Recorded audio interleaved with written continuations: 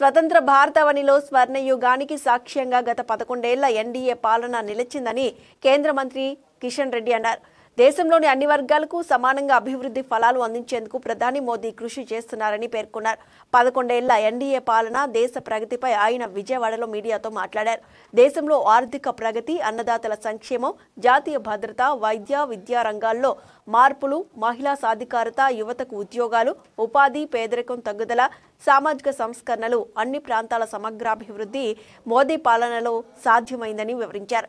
2014 నాటికి దేశం ఆర్థికంగా అట్టడుగున, అవినీతిలో అగ్రభాగాన ఉందని, సమర్థవంత నాయకుడైన మోదీ అధికారం చేపట్టిన తర్వాత దేశ దిశ మారిందని ఆయన పేర్కొన్నారు. 11 సంవత్సరాలు పరిపాలించిన తర్వాత కూడా ఒక్క రూపాయి అవినీతి జరిగిందని ఈ దేశంలో ఏ రాజకీయ పార్టీ కానీ, మా ప్రత్యర్థులు కానీ, లేక ఏ మీడియా కానీ ఈరోజు ఆరోపించేటువంటి పరిస్థితి లేదు. కమిట్మెంట్తో, నీతి నిజాయితీతో, ఒక సమర్థవంతమైనటువంటి పాలనతో నరేంద్ర మోడీ గారి ప్రభుత్వము, ఎన్డీఏ ప్రభుత్వము ఈ దేశంలో అద్భుతంగా పరిపాలన చేస్తున్న విషయాన్ని మనం చేస్తా ఉన్నాను.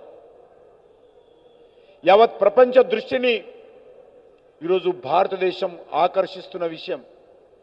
ప్రపంచమంతా కూడా అనేక విషయాలలో భారతదేశం గురించి చర్చించుకుంటున్నటువంటి పరిస్థితి ఈరోజు మనకు స్పష్టంగా